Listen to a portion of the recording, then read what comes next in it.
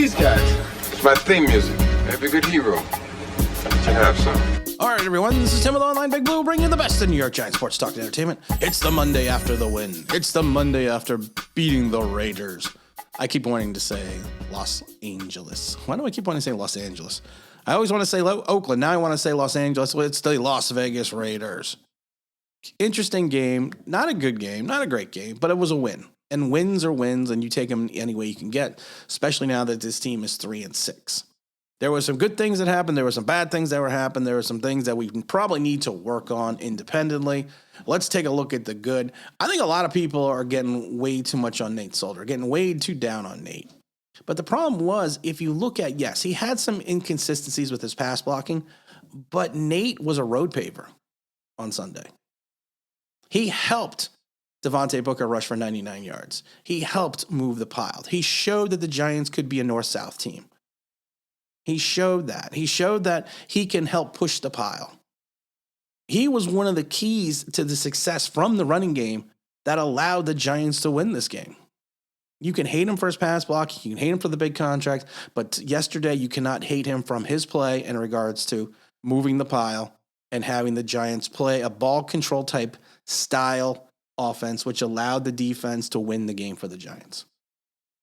Devontae Booker, of course, ran the ball for 99 yards on 21 carries for 4.7 yards carry. His longest run was 20 yards. Let's not get crazy that they think he is the replacement for Saquon Barkley. Booker is basically Wayne Gallman with a little bit more speed. Wayne Gallman's a better inside runner than Booker is, but he is basically Gallman with a little bit more speed. Remember when Gallman got ran down by Jamal Adams in the Seattle game? It's the same thing with Booker. He's never going to be that breakaway back. He's never going to give you that huge play. He is going to give you more in the passing offense that Gallman ever would have, but he's still not going to be Saquon Barkley. You still need Saquon Barkley back. You still need to have that home run hitter that's coming out of the backfield because of the fact that we are still not focusing on our wide receivers after 9 weeks. So hopefully we'll have, he'll have Barkley, that is, will have an extra week of rest, and hopefully he'll be up and ready for the Tampa game.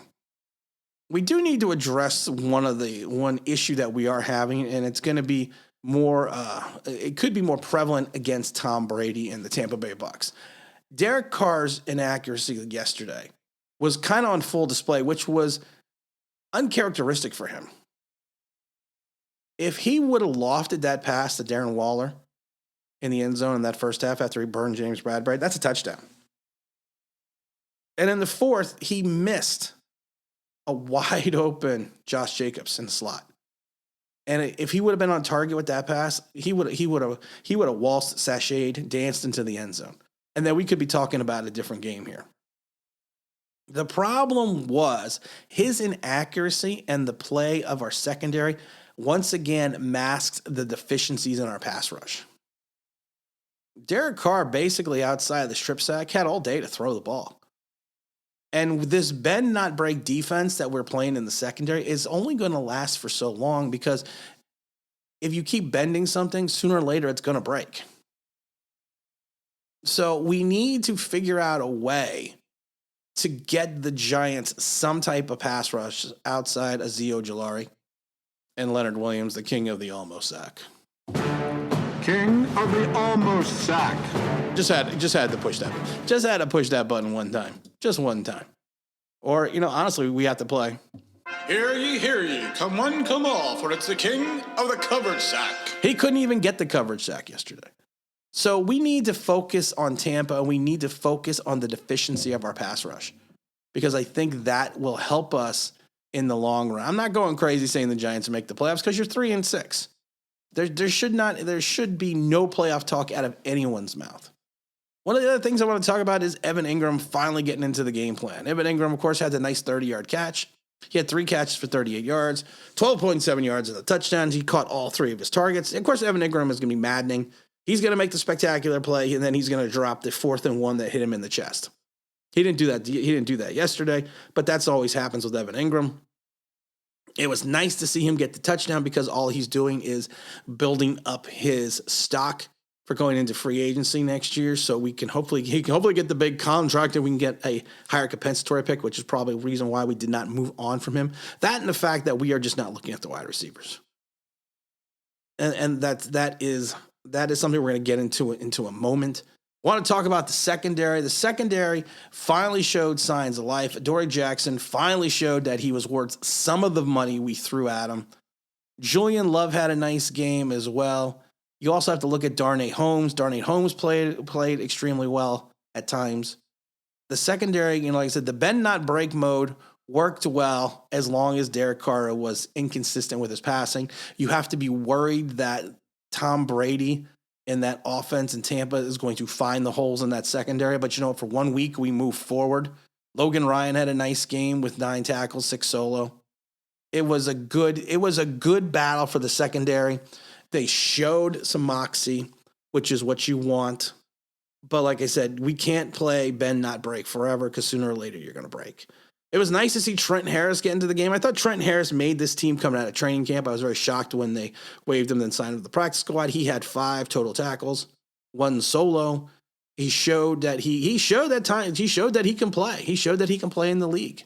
And we got to talk about Quincy, of course, because Quincy comes up with the big sack, along with his 4 tackles, 2 solo tackles, 2 quarterback hits. He was one of the 3 quarterback hits on the day. Dexter Lawrence had the other one. It's nice to get another Dexter Lawrence sighting. The only problem is people are saying that, well, look, they're making all these tackles. Yeah, they also ran the ball extremely well, and they're making the tackles in the second level. Josh Jacobs ran the ball 13 times for 76 yards for 5.8 yards. He also had a big 14-yard run. Kenyon Drake, who I love. I always love Kenyon Drake. I was hoping the Giants would have signed him. He had 4 carries for 30 yards at 7.5. Marcus Mariota even came in on that big 4th down and ran for that 6 yards. So we can't get too pumped up in reference to how the line played versus the run because we still gave up 20 carries. There was 20 carries for 170 yards, almost 6 yards a carry. That's not great. The strength of this team, and we've said this a million times, is going to be the secondary. The secondary is going to move this defense because it's going to need to mask the deficiencies that we have against the run and mask the deficiencies that we have against have the deficiencies that we have in regards to the pass rush. Plain and simple. Now we got to address the 400-pound elephant in the room, and that's Daniel Jones. You feel bad for the kid at times. He goes 9 for 9 in the first half, and he finishes out the game 15 for 20 for 110 and 1 touchdown. People are going to say that he was harassed by this line. No, he wasn't actually really harassed that much. He was sacked twice. He did, of course, fumble. If you take a look at the defensive statistics for the Raiders, yes, he was hit 6 times. 3 of those were off of the sack. 2 of those were off the sacks. So I'm sorry, he was sacked 3 times. So 3 of those were off the sacks. So he was only hit 3 other times after the 3 sacks. His issue is, and it's always been the issue, is he has no pocket awareness. From watching the Raiders, their rush consistently comes from the edge. Their defensive ends are where their rush comes from. They do not rush in the middle of the field, and they really only rush 4 at a time. They don't blitz very much, the Raiders, but they have that rush from the outside. Now, the thing is, most of the time, these guys are looping around or they're going to try to stunt to come in. The problem is on the 2 sacks, they were looped. They were looping around. Daniel Jones didn't step up into the pocket. He didn't climb the ladder. He's still showing that he has 0 to none pocket awareness, which is why I believe the Giants are just not letting him throw deep at all because they don't want him to make the big mistake. Going into 9 games, the guy's got 2,059 yards, 8 touchdowns, and 5 interceptions. There's no there. There's no it there. There's no it factor for Daniel Jones. He's still not getting his wide receivers involved. Kadarius Toney looked like he was still not 100% playing. You barely got the ball out to Kenny G. He has time to get the ball. I don't want to hear it because the Raiders have a worse line than we do. And Carr still threw for 286 yards and 1 touchdown. So, I mean, you have to look at that. And our secondary is a lot better than the Raiders. And like I said, he still threw for over 280 yards. The issue on this team, and you cannot want to point it out, you cannot want to look at it, it's always going to be Daniel Jones. If Xavier McKinney does not come up with that interception. The Giants offense would have scored 16 points. Again, red zone deficiencies. You can't keep relying on Graham Gano because sooner or later Graham-O-Matic is probably going to miss. You need Daniel Jones to step up. You need him to be the number 6 overall pick and be the franchise quarterback. It's just plain and simple. I enjoyed this win because, like I said before, it's a win that the Giants usually don't get because they're all usually on the receiving end of the missed passes, of the blown coverages and everything else. So it was nice to see them be on the opposite end of that. We have to clean up our special teams. We're now second in the league with 12 special teams penalties. For a head coach that came over as a special teams head coach and guy that preaching discipline, you have 12 special team penalties. That's just kind of crazy. Let's enjoy the win. We're 3-6. We have to look forward what's on our schedule right now. You have the Tampa game, so more than likely, if you take a look at the Tampa game, you got to say that's probably going to be a loss. I'm no longer saying that the Eagle games are gimme games, but if you're playing them at home, on the 28th, we probably should be able to beat them at home. So if you look at that, we'd be 3-7. We'd be 4-7. The Dolphins, I don't know. That's a toss-up game to me. I think you're going to drop your 8th game to the Chargers. You're probably going to lose to the Cowboys, which give you 9 losses.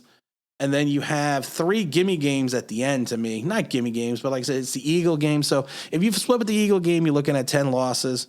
And then hopefully you can beat both the Bears and Washington. So you're looking at maybe 7-10 again. If all the things fall right. So let's not get overly excited about the playoffs. Let's just enjoy the win that we have. And again, this is Tim with Online Big Blue bringing you the best in New York Giants sports talk and entertainment. And as always, if you could like, subscribe, ring that bell, that'd be awesome.